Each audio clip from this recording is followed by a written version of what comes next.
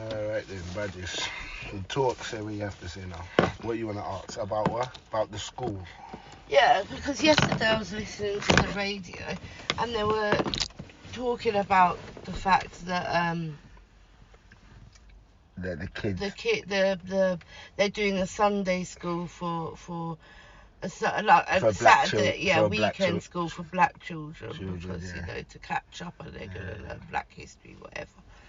Today they've come out and said, actually, 7 times more white people. Well, didn't you say white? It's a working class white people. It's not made. Did they say working yeah, class? This is about working class white males. Oh. Yeah, so it's not specifically a black and white argument, but yeah. Okay, I didn't really listen to me. I just heard the key things. I'm just putting you straight. And and you're saying what? That you think that there's more? There's more. But there's more white people in the schools. And you think that's how they've come up with that? Is that, and I'm wondering, is that how they've come up with them figures? Because there's going to be a higher percentage of struggle of white if there's more white people, whereas black people. So let's just say, yeah, right, that there's more. That they're out and there's more white people, working class white people, yeah, and they're in that situation, yeah. Mhm. So, does it really matter about the amount of white people that there are that are suffering? Like, because in saying that, because I'm guessing what you're saying is that if there is working class white people, and why are they saying there's more? It's not a fair judgment because the fact that there's in heads there'll be more white people than there are black people. Yeah. I mean, and so then you're saying that the fact is because there's less black people by heads that it shouldn't be an issue. They shouldn't be looking on the factors of the white people. How many people are struggling, white to black. For number one, I don't even like the fact that they're looking at white to black. Like, what is colour got to do? No, but what you've got to understand is, you see, what we do is a lot of time when these situations come up, we talk on it just on a face value. But you got to remember, when the news is telling you, they're just telling you, it's almost like on the expectation. There's a natural expectation in this society that if you go to the doctors, you go to the university, you go to the police, you go anywhere, there's an expectation that you have a minimum understanding in society. Yeah. You understand me? So when they're telling you on the basis that you would have gone out and looked at certain information and understood certain things. If you take it on the face value, they will just give you a summary of what's going on. Yeah. So if you look on it, it sounds on the face value that they're saying that black children need more help than white children. But that wasn't the argument. If you listen to the argument properly, the argument is that because of there's no black history, and there's no role models for young black people. Yes. Yeah, people of colour. So they're saying they want to give extra tuition, which would then help them to have that sort of role model, that sense of purpose, because they're seeing their numbers is sort of rolling back. Like, not numbers, but their statistics, their education statistics is not. They want to try to improve it and make them feel more included. That was their basis of it. My whole thing on that, is that it should be, for whatever reason, it's outdated in schools. They should be teaching about black histories in school anyway. Well, to be true, if you want my opinion, they should talk about every history. But why? Let's be, the utopia is that we should all have no money, we should all hold hands, harmony, sing kumbaya. And that's everybody's utopia, is probably even mine, to be truthful. But let's be real, let's be real. That's not the way it is. It's not the way it would be, and it couldn't be that way, because it's not that way because some wicked person said, ha ha ha, I don't want it to be that way. It's that way because of the development of man, the needs of people. I get that, but the thing that keeps coming into my head is, then why do we learn about Hinduism? Why do we learn about Sikhs? Why do we learn about all these other different types of people? Because we even learn about Mussolini. Yeah, the reason why we learn look, just based upon what you said, Sikhs. Listen to what we're saying, Sikhs. That's where people are getting this mixed up. You can't say Sikhs and then black people. That's like, you understand me? You can't. It's a religion rather than a race. Yeah. Then you're talking about Mussolini. Well, it had a big impact on the world that we live in today. So all these histories are things, you got to remember this. The most thing people don't remember. When you go to school, there is just a choice of information in order to help you to understand how to take in information, execute information, and interact with information, and interact with people. So the information they're giving, people are taking it too seriously. It doesn't really matter. I mean, look, be real. We're living in England. Why would England be teaching us about? They don't teach us about France. They tell us about like a French leader that was joined us in a war over here, or when we went over there to do something like that. But there has to be an interaction with England, because this is England. You can't, it wouldn't be fair to go to India or Jamaica and expect them to have a full understanding in their school of England. All they're mostly going to do is talk about the Queen. That's just the way it goes. Each culture, each place. That's why we have Sikhs. That's why we have Christians and Muslims and different people, because it's the same religion, but everybody else as a culture and as a people will see it and understand it and celebrate in their own way. So that's why there's make no sense that we're all sitting here fighting against each other over what should and what shouldn't be, because it's okay in our little community, but in another community things work so completely different. So we've got to be realistic. So at the end of the day, you've got to think about it like this. You've got a load of children, who feel like culturally missed out. Yeah. You understand me? So somebody's trying to do the right thing, try to help them to feel as though they're not separate to us. Yeah. You understand me? Then but then the other side of the fence, you have realistically got a load of kids from this very same culture, which is shameful. It's more shameful to let down your own than somebody who's a visitor, who came in as a visitor. White working class are British people. Yeah. Black people are children of immigrants. So as much as we might be born here and we're part of this and we're English as well, but at the same time, this is primarily a white country. So the white working class, remember, working class means that you're at the bottom end of the scale. You can look after yourself, but you're certainly not living the privilege life. Yeah. You understand me? So so at the same time, they still going to need help, aren't they? Just think about it. People that came from white working class, Angela Rayner, you understand me, in the Labour. Oh yeah. The deputy leader of Labour. And again, how many people like that do you see? You've got a couple up in Manchester. That's about it. But certainly down in the south side, you're not even finding it. You're almost not at all. Yeah. So there is a big argument for what is happening with white working class. Because if you ask me as a young black man, I understand. If you had asked me 20 years ago, I say, we need some black schools because the Jews have got schools and this and that. But again, a Jew, you can't compare Jew to black, because Jew is a religion, where black is a type of people, is a race.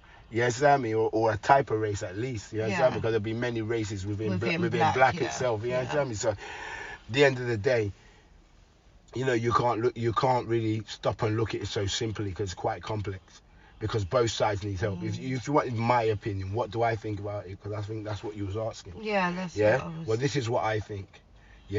I think it is very, very unsavory, and I think it is bilaterally racist, so accidentally racist move to make. Because I'm born in this country. I've never known any other country. I know if my parents come from another country, I understand history and immigration, migration and the rest.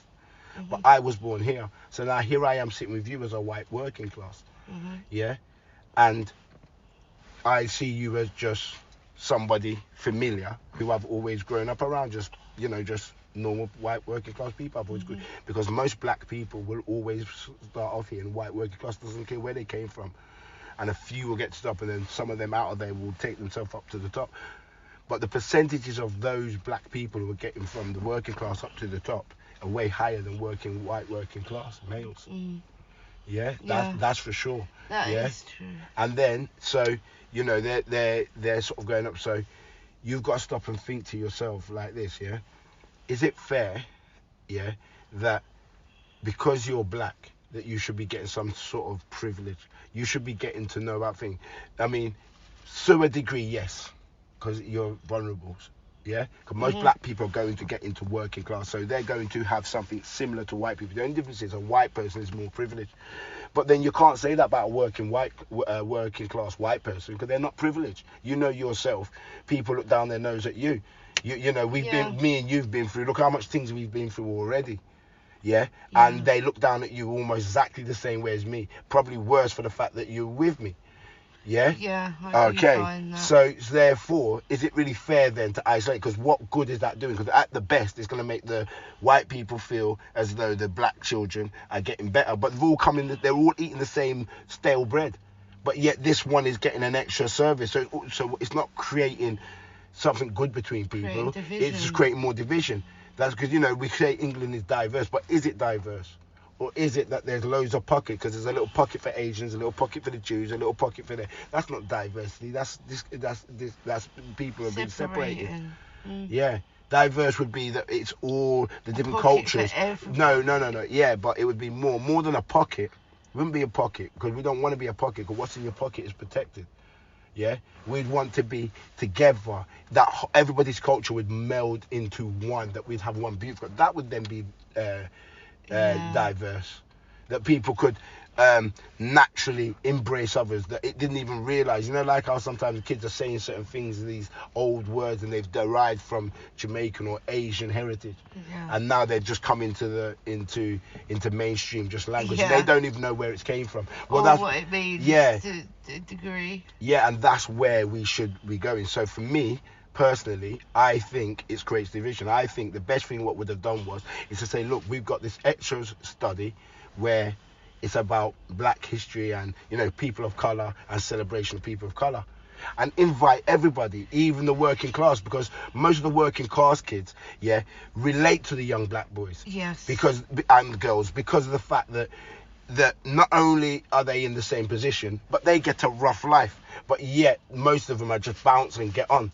So you guys, you know, you're inspired by that, and that helps you lot to grow. So I think we instead of trying to make something for black people, I think give black people the opportunity to share something with England, so that at least then there's no more of this black life don't matter, because that's how black life matters. I think also that will help with a lot of the, what do you call it, the prejudice, the stereotyping, and maybe it's not really the word I'm looking for, but if anybody can join and they see the whole, they're with the black people, they're learning together about black history, they can see that these aren't just, sorry to say it, people that come to England to do all the ghetto jobs and not talk to anyone but themselves. There's a lot of stigma about things. But you've got to remember, you don't mix the two arguments. We're not talking about immigration. We're talking about black children were born here. So we're talking about children. We're not talking about like ones that just came off the boat or something and in between. That might be a part of it, but we're mainly talking about those who are legally right to be here and just been here all their life. You know what I mean? Yeah, Sammy. So, you know, when you talk about immigration, that's a different thing, because in a black community, you're going to get that in any state. You're going to get that. Immigration is an argument within itself. Yeah, Sammy. But so you can't mix the two up. Yeah, Sammy. But again, as you said, it would be a good thing, because the prejudice, racism, call it what you want. Yeah, it's all just ignorance. So you allow a person to open his eyes to a new world. You know, how many people you see who sit there and they're talking about bloody, they're coloured or something like that. You understand me? Yeah. And he's down there and goes, and they walk past and don't really say nothing or whatever. Haven't really got a problem. But then something happens where maybe they bumped his shop, he's lost something. The person goes, sorry, is this yours? I go, thank you very much. And he's like, and then the man's thinking, and he's thinking, how come he didn't rob me? He's thinking, I bet he's robbed my money. He's looked in his purse and realised there's no money. And he's thinking, what's going on? There's no money. Then he finds out what really happened, to realise that guy actually had a fight with someone to get back that wallet and gave him and said nothing. And that brings humility. And from there, he starts to look at the person. He calms down. He doesn't see him as a threat. Once he doesn't see him as a threat, then they just generally talk. And then he realised, actually, we both like football. Yeah. Actually, you know what? Yeah, that geezer 3 doors down the road, the way he keeps playing his music, walking with his top off, he's irritating me as well, the same way. And then before you know it, you get to realise, actually, there is nothing different between us except for fear. Fear causes people to dislike each other. Fear is a And way big look, part of and look this. what this situation has caused. It caused the white people, the working white class, to feel, working white class to feel as though that they're going to be left out, creating fear. Yeah. You've got the young black children fear, thinking that they need to know about their culture, but by knowing about their culture, they're going to offend their little white friends. You understand me? Because if you look in the real terms, forget the news. We're here in the real. We're really in it. We're living it. We're living what they're talking about. Yeah. Yes. Yeah. Before they told you, did you even notice none of that? No. I didn't notice it, because every time I walk amongst working white people, they're like, well, you're Wagwan, brother. Oh, you know this, that's and this and this. Oh, yeah, you're cool. Yeah, tell me more. When I'm talking like this, I got young white boys just looking up to me, idolizing me. Yeah. I got young black boys idolizing me. So and there is role models like me. I see that. I was about to go on to say exactly that, to be honest. I see the same black boys and white boys and Asian boys alike. They're all sitting there calling you uncle. They're all coming to you for advice, because it's the relating. It's that, like you said, that working class, that lower working class. Yeah. Everybody is put in the same boat, regardless of your colour. Listen, I know that, you know that, because you're a black male and I'm a white female. Like, and we both endured like quote unquote of racism from the police, discrimination from social services, from the system, and all kind of things. And easy to say it's because I'm black, and it was easy to say you was a woman. It's easy to say because we're poor. Yeah. Yes, that's why when we went to the last social area we live, all sorts. When we went to the social, they said to me, "Oh, do you think it was racist?" I said, "No, I don't think. I think it was what do they call it? Social discrimination." Yeah. Because that's what it was. You call it what it is, because they want us to divide ourselves and say, "Oh, it's because I'm black," or something like that. Because when you've got your far right, your middle classes and them, that's what they're going to do. They want to sit there and say to you, "Oh, you're just complaining because you're black. Why don't you get a job?" So it's too easy to walk into that trap to say it's because you're black. It's not. And it's not because of that. Because if it was, then you wouldn't be going through the same thing as me. I've had this conversation before when I was younger. Do you know what I was saying? And now, obviously, I know I was looking at it wrong, but I always used to say, well, I relate to black people more. Never really understood it. I never really looked into it. But in my later years, looking at it, it's because, like you just said, we've been through them same experiences. Not because they were black. All of us together have one thing that we all feel disincluded. Yeah, we feel disenfranchised. We feel as though we've been pushed to one side, like we're reject. Like they only talk about us to get their numbers up. Once their numbers are up, we're thrown back in there, take a few of us out and leave the rest of it. While everybody's thinking, oh, they're really good to these poor people. We're still suffering like a dog while they put a couple of representatives up there, basically. Yeah. You understand me? And all of us centrally feel that way. But let me tell you something. When all these youths come and they talk to me, one thing nobody ever says to me. Nobody ever wants to particularly know. It's not even when I try to talk about it, they go quiet. What? Is usually culture and religion. Yeah, history. Yeah. They're not bothered about none of that. Every youth I talk to wants to know who they are. So once I talk to them and they understand, they want to know who they are. They don't care about the fact that the colour of their skin. Because I was watching when the Black Lives Matter movement before it started. No, but before it started off with the black people in Hollywood saying that they were represented. Yeah, I remember. Okay. Well, I was listening to some of them telling their stories. I don't really take for these stories like that, because I feel as though isolating yourself to one story really shows your intelligent path.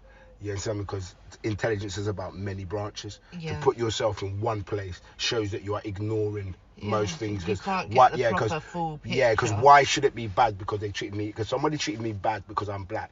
I stop and think about, well, how would you treat somebody else who might not be black, but you didn't like something about them? So I generally naturally think about others. So I don't really subscribe to these isolated arguments. But nevertheless, I listened. And I heard one was talking, and it really threw me, like really caught me, like It was so powerful what he said. It just dropped me right there. He said what he said was is that when he wakes up in the morning, he said a lot of things, but this is the part that caught me. He said when he woke up in the morning, every time when he wakes up in the morning, yeah, until he looks in the mirror, even then, he doesn't realize, he doesn't stop to think about the fact that he's black. It's only at the point that somebody says something that draws reference to the fact that he's black as the first point that he stopped to realize he's black. And when he hit that, I thought that is the most powerful thing I've heard, because that's the fact.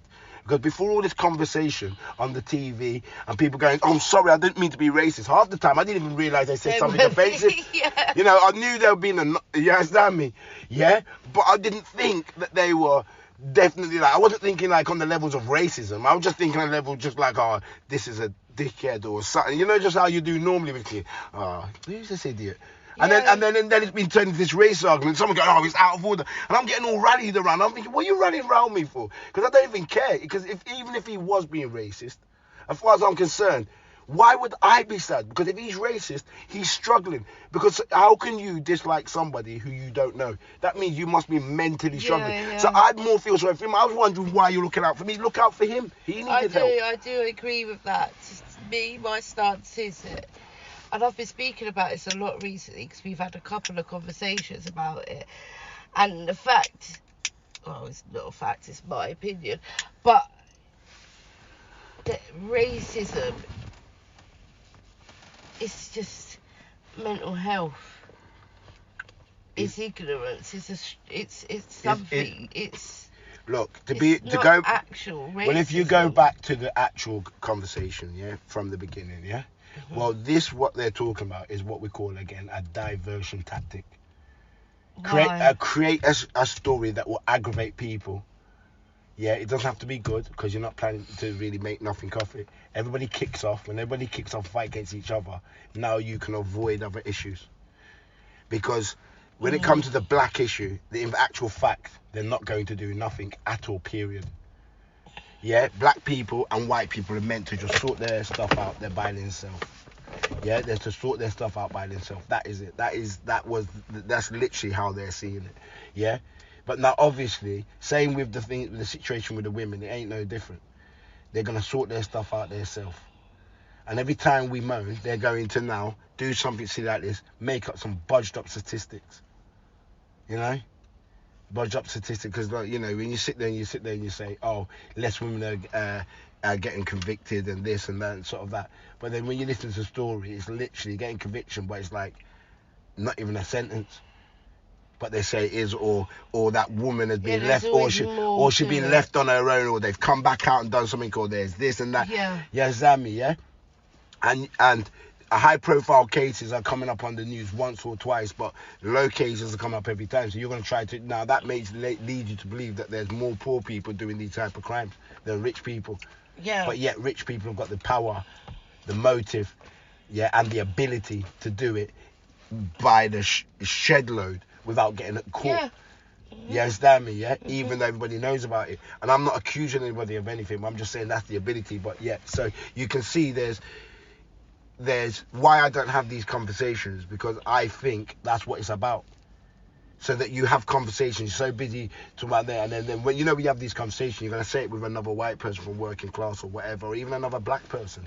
They're going to say, oh no, I think you're being this because it goes like this and this and that, and it causes that division and that fight. So therefore, problem solved, innit? We're all fighting each other, and then you can sit there and say, oh, they're not happy, and you come in like the knight in the shining armor and come and sort out the problem. But did you sort out the problem, or did you just split us up so that when you go away, you've got a reason to come back? So, that's why when I have these conversations, that's why it's important for me when I'm having these conversations with young people. Yeah? That's why I always say to them, look, some of their opinions are all a bit wild. Everybody's got some wild, different opinions about how life goes, and they all want to have their own sort of religion or their own sort of culture, their own stamp on life. And I keep saying to them, look, if you put your culture as your stamp on life, your color, your size, yeah, you isolate yourself to X amount of people. Yeah. But if you make yourself your stamp in life, yeah, then you isolate yourself from nobody. Yeah. Yeah? And that's what a lot of young people are doing wrong, and that's what's going on. So now, look, let's face facts. We're going to sit there and cry, go, oh, the system. I'm not into any conspiracy theories. So anybody who's got conspiracy theory in their head, they're listening to the wrong person.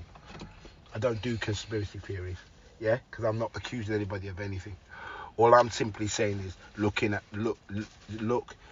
before you talk, look into the detail. Try to understand from everybody else's point of view. But you said something earlier about intelligence. It shows their intelligence point, and I think people get intelligence wrong a lot of the time. Because if you think about the whole word intelligence, it means to gather. Like police who use intelligence, they get all their evidence. There's intelligence. No, but like at the end of the day, intelligence is intelligence. Everybody understanding is intelligence, isn't it? How do we understand? That's intelligence. Every human being has to use intelligence. The question is where, when, and how.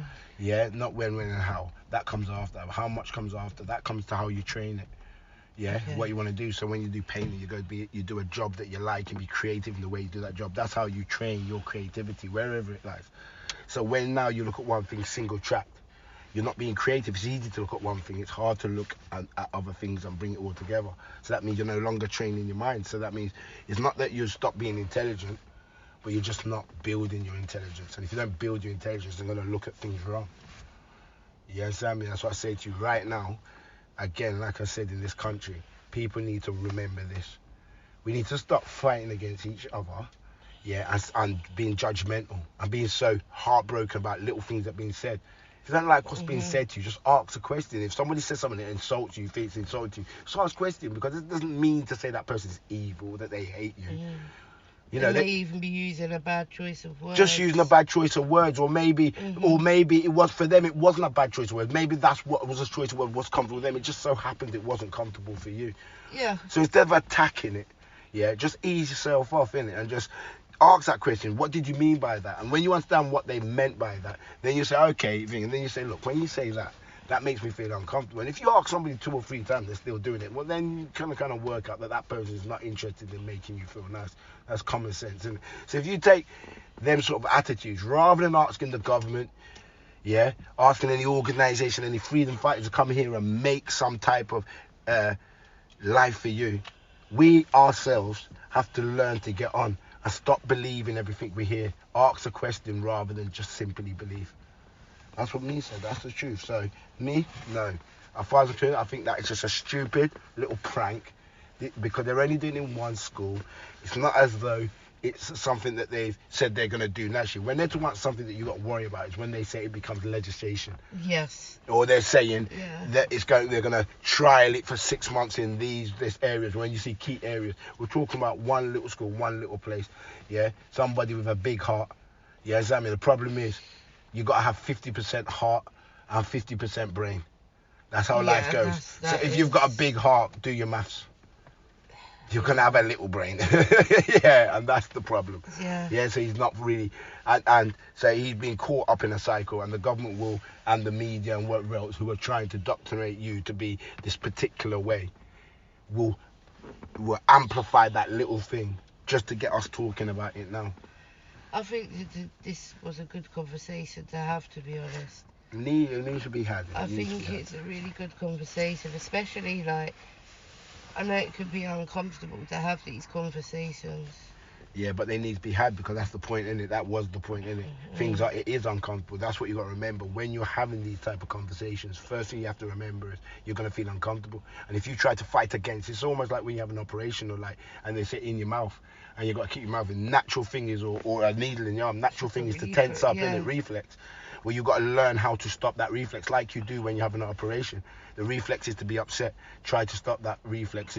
Any little amount you do it is better than nothing. Yeah. And at least then, because like I said to you, the only way you're going to take information is when you become ethical, when you become humble. I was literally about to say that if you if you have that ultimate, you get that gut feeling like, oh, this person's being racist, or this From person's there, your judging me. From there, you can't take the information. You might. You're not that you can't. You won't.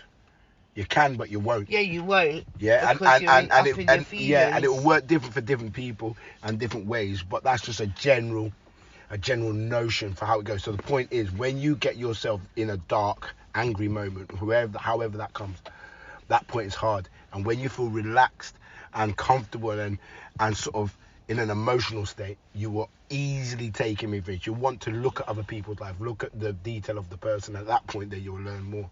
So the only thing I'd say is, in that situation, yeah, we need to be people just simply need to live their life from them. And remember, stop asking the question why, because why has a long tail.